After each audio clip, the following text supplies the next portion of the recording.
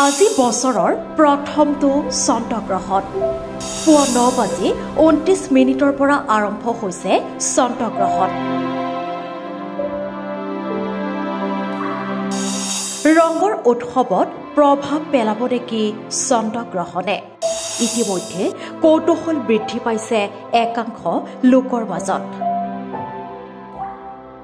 আজি ৰঙৰ উৎসৱ ফাকুৱা। ফাকুৱাৰ দিনে অৰ্থাৎ আজি হ'ব বছৰৰ প্ৰথমটো পূৰ্ণগ্ৰাস চন্দ্ৰগ্ৰহণ।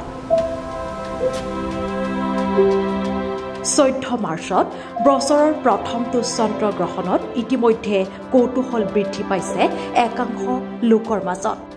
উল্লেখযোগ্য যে পুৱা 9:29 আৰম্ভ হৈছে চন্দ্ৰগ্ৰহণ, শেষ হ'ব বিয়লি 3:29। সম্পূৰ্ণ গ্ৰহণ চলিব 1 ঘণ্টা 5 মিনিট।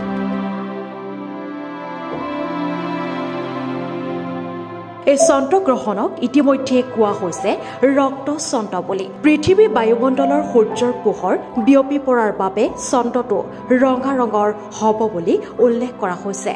কিন্তু দিনত হোৱাৰ বাবে ভাৰতত দৃশ্যমান নহ'ব এই চন্দ্ৰগ্ৰহণ। যিহেতু চন্দ্ৰগ্ৰহণ সদায় পূৰ্ণিমাত অৰ্থাৎ ফাল্গুন পূৰ্ণিমাত হ'ব লগা চন্দ্ৰগ্ৰহণক লৈ ইতিমধ্যে কৌতূহল বৃদ্ধি পাইছে ভাৰতত। ৰঙৰ উৎসৱত প্ৰভাৱ পেলাব নেকি চন্দ্ৰগ্ৰহণে, তাক লৈও কৌতূহল বৃদ্ধি পাইছে একাংশ লোকৰ মাজত। কিন্তু দুৰ্ভাগ্যবশতঃ দিনত হোৱাৰ বাবে এই ৰক্তচন্দ্ৰ দৃশ্যমান নহ'ব ভাৰতত। উত্তৰ আৰু দক্ষিণ আমেৰিকা, পশ্চিম ইউৰোপ, পশ্চিম আফ্ৰিকা আৰু উত্তৰ দক্ষিণ আটলাণ্টিক মহাসাগৰতহে দৃশ্যমান হ'ব এই পূৰ্ণ চন্দ্ৰগ্ৰহণ। জ্যোতিৰ্বিজ্ঞানীসকলৰ মতে এই চন্দ্ৰগ্ৰহণৰ সময় হৈছে এক বিৰল সময়। অন্যহাতে জ্যোতিষশাস্ত্ৰৰ মতে গ্ৰহণে জীৱনৰ বিভিন্ন দিশ প্ৰভাৱিত কৰে। বিশেষকৈ কিছুমান ৰাশিকো প্ৰভাৱিত কৰে চন্দ্ৰগ্ৰহণে।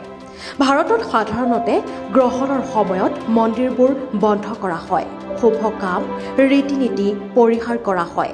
কিন্তু ভাৰতত যিহেতু গ্ৰহণ দৃশ্যমান নহয়, সেয়েহে হোলী উদযাপনত চন্দ্ৰগ্ৰহণৰ কোনো প্ৰভাৱ নাই। কোনো বাধা অবিহনেই ৰঙৰ উৎসৱ উদযাপন কৰিব পাৰিব ভাৰতবাসীয়ে।